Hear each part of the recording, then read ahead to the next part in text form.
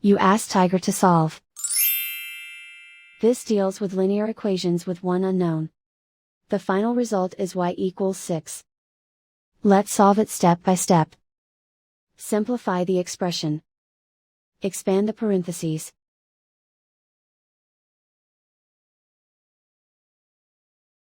Group like terms. Simplify the arithmetic.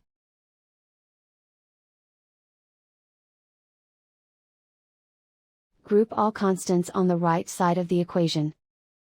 Subtract 3 from both sides. Simplify the arithmetic.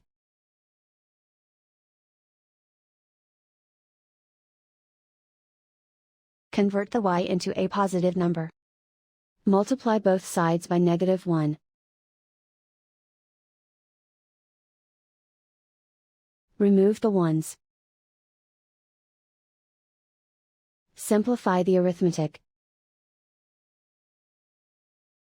And so the final result is y=6.